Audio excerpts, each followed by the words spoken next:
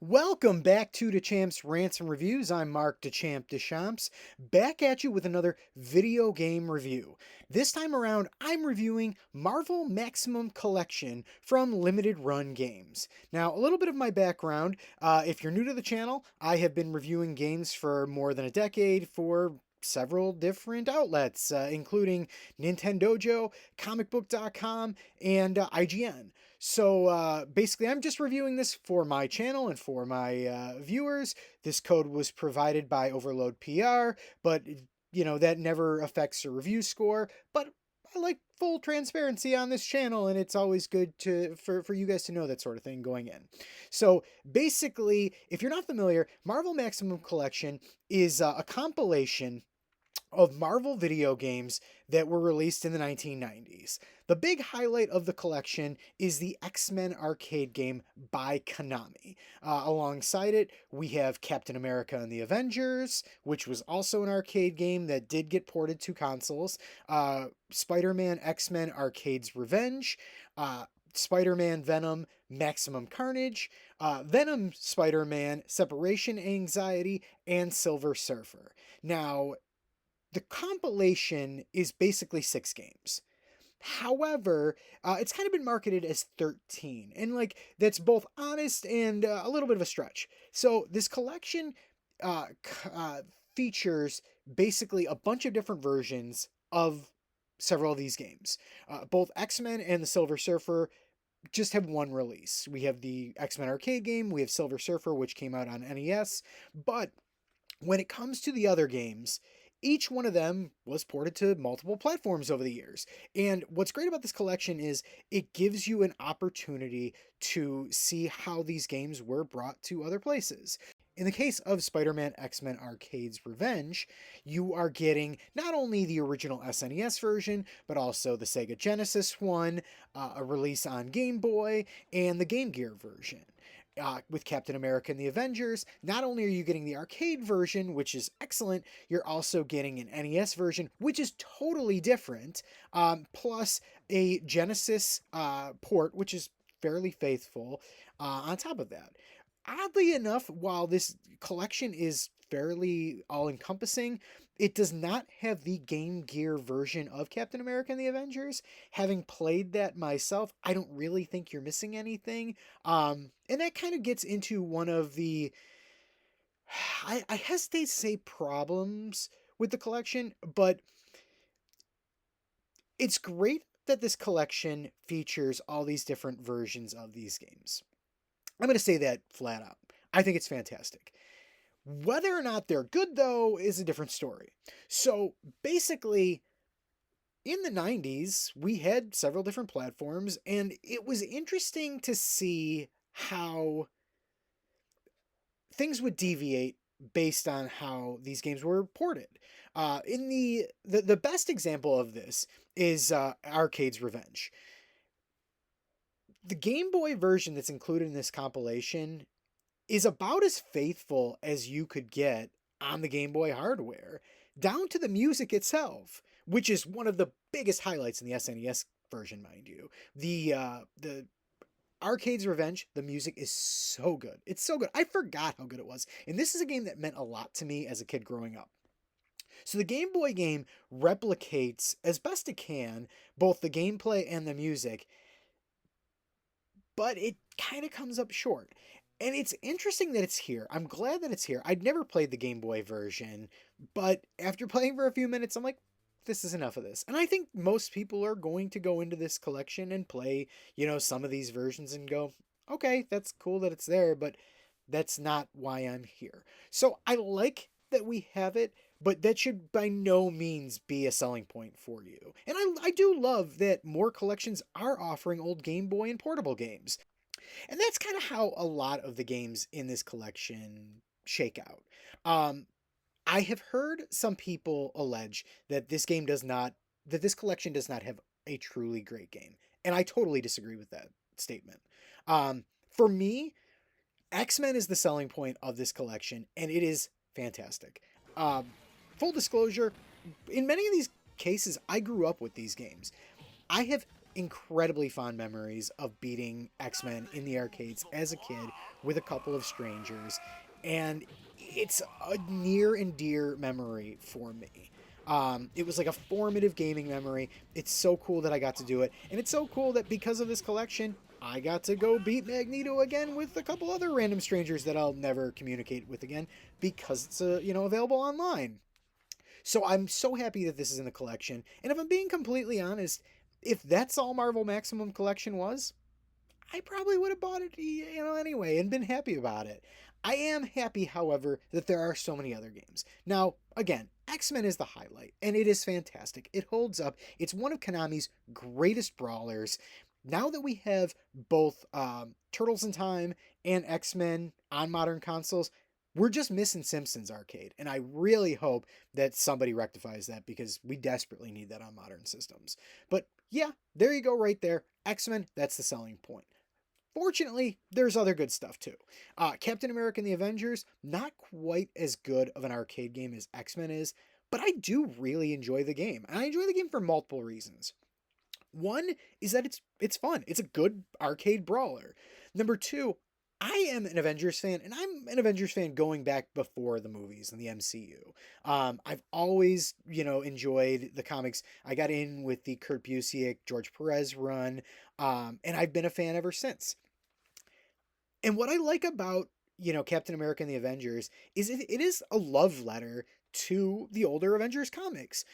We have a cast that's Captain America. It's Hawkeye in his purple costume, which has like disappeared from the comics, and it's tragic to me. We have, the all-white design of the Vision. We have Iron Man, all his playable characters. And then we have Wonder Man and the Wasp and Quicksilver all pitching in to help save the day. So I really like this game, and I really like the choice in unusual villains that show up. The whole concept is that Red Skull is trying to take over the planet, and so we see him enlisting all these various Marvel villains that are kind of like C tier villains. Like we have, Whirlwind showing up, and we have, Claw. We also have Ultron show up, but he's just like kind of a lackey, which is like kind of weird. But like, as an Avengers fan, I think that this game is super cool. It's the second best in the collection for me. And right after that is Spider-Man X-Men Arcade's Revenge. Now, I will say this. I have nostalgia glasses when it comes to Arcade's Revenge, and I'm fully aware of that fact. This was one of the first SNES games I ever had. It's one of the first Marvel games I ever played, if not the first. And there's something about it that brings back great memories to me, and it helps me overlook some of the flaws. As I said earlier, the music is exceptional in this game. Just fantastic. But it's also kind of cheap. And, deaths come frequently. And there's, it's very easy to get a game over. And then you're back to the start. And you have to start all over again as Spider-Man and go save the X-Men again. And that can get tedious very, very quickly. But if you can overlook that, I think the graphics hold up very, very well. The character sprites, they leave a little bit to be desired, but the backgrounds are really impressive in a lot of ways. Particularly like the pixel art in Wolverine stages. They look really creepy and like they're really well designed. One thing that I think is so cool about this collection too is that it unlocked like this total memory that I had phased out of my brain. It has the instruction manual, and like this is an artifact from a video game industry that doesn't exist anymore.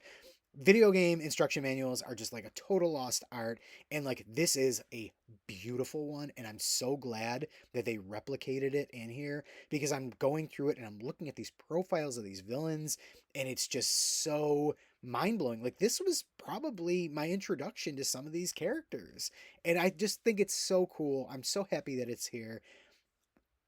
I'm very happy that Arcade's Revenge was included in this collection. It was also a big selling point. I haven't played this in probably 15 years. I was really happy to revisit it, warts and all.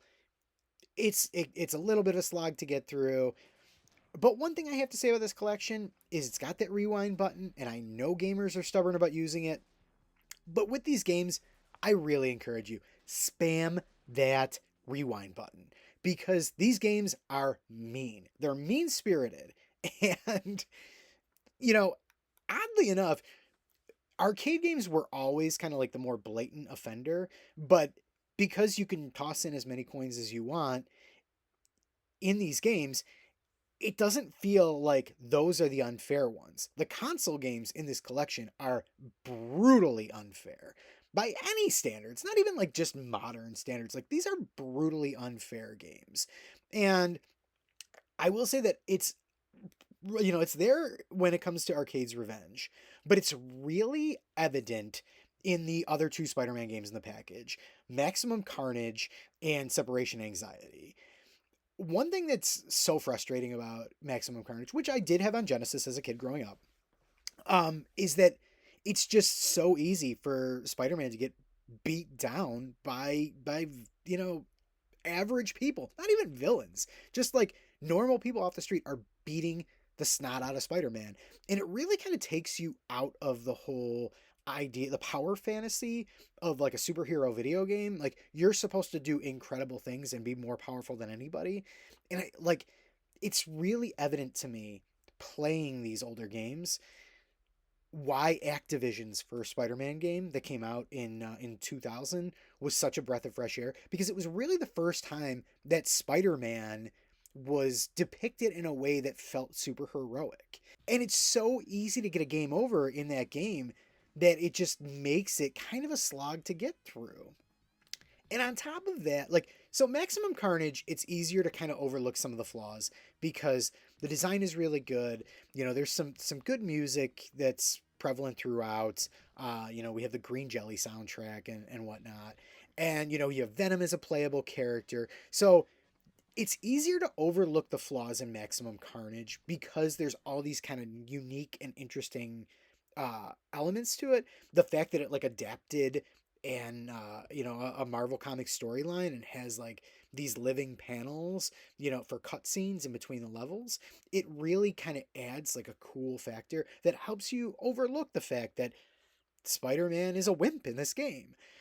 But then when you play Separation Anxiety, it's so much harder to overlook it because it's not a super well, remembered storyline from the comics. And on top of that, the graphics are a step down despite releasing afterwards. To me, this is probably the second weakest game in the whole collection.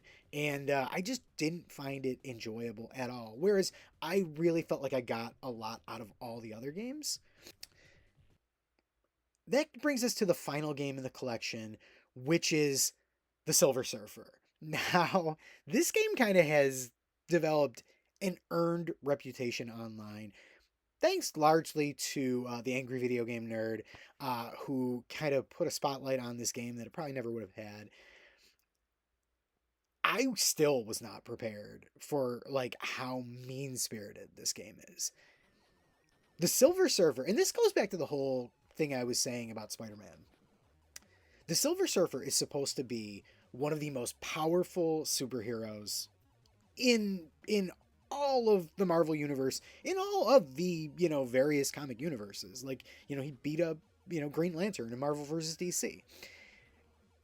And then you have an NES game where if you get one hit, if you take one hit in this game, you immediately die. And it's just wild. And because projectiles are coming fast and furious throughout the entire, game. If you aren't using that rewind option, you aren't beating this game. I mean, unless you're a champion gamer, I just don't see how you're gonna. I mean, you really got to be dedicated to make it through this, to make it through everything that happens, and you got to be passionate. It's a pretty looking game. The music is pretty good. I think it's kind of cool that like it's here. I'm glad it was included. I'm never disappointed that more games are included in a collection beyond what I signed up for. But like it's painful. It's painful, and you know, there's a reason that it ranks last on the games included in this collection for me personally. So, looking at everything, this is a type of game that's very hard to assign a review score to. Full disclosure, assigning review scores is hard in general, but when you have a compilation, it's really hard to look at how you should score it. Personally speaking, I waffled back and forth between giving this 3.5 stars and 4. And I'm leaning towards 3.5. Now, I love the games in this collection. And if you're here for X-Men, if you want to know, hey, does X-Men hold up? Should I buy this collection to play X-Men? My opinion is yes. I think that that game is fantastic. I think it's one of the great brawlers of the 90s. I think the pixel art holds up very well. I love the game. I'm so happy it's here.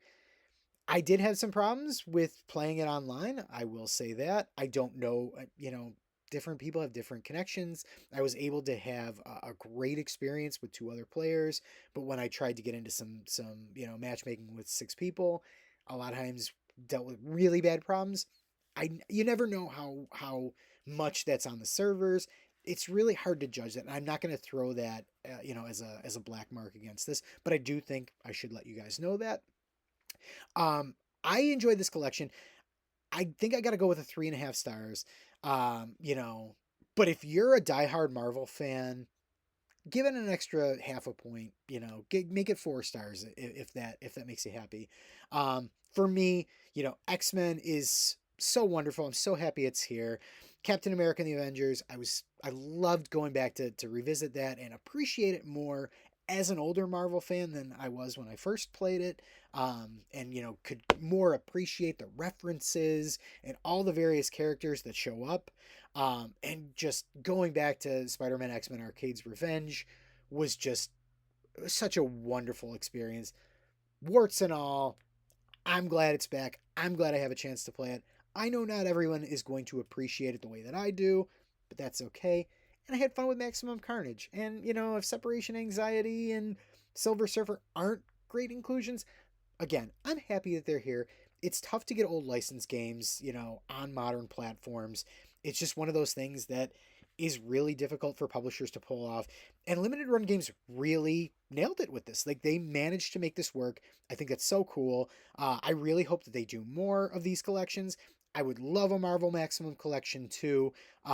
Personally, I'm holding out hope. My fingers are crossed. I would love to see a collection of old Activision Spider-Man games, in case it wasn't evident before. I love those games. They mean so much to me.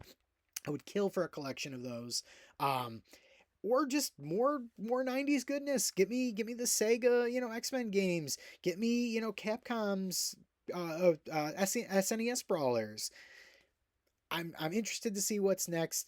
I think this is a great collection. I always, you know, feel iffy on giving review scores because I don't want somebody to go, oh, 3.5, it stinks, I'm not going to buy it. Listen to my words. Think about what I said about these games. And if you're, you know, if that sounds appealing to you, I really want you to check this game out. I think it's a really cool collection of older Marvel classics. So happy that it exists.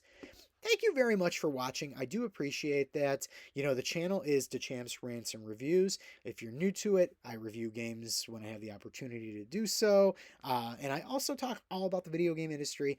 I have been, you know, in video games journalism for more than a decade now. You know, this channel has been a great way for me to connect with more, you know, viewers and you know, gain new followers, either whether it's through my writing or through the channel itself. You know, think about subscribing. Thank you so much for watching. And if you have gotten a chance to play Marvel Maximum Collection, let me know what you think of it in the comments below. Do you think some of these games hold up? Are there Marvel games that you're dying to see, you know, on modern platforms these days? What would you have liked to have seen in the collection beyond these 6 games that were included? Anyway, thanks again, and you take care.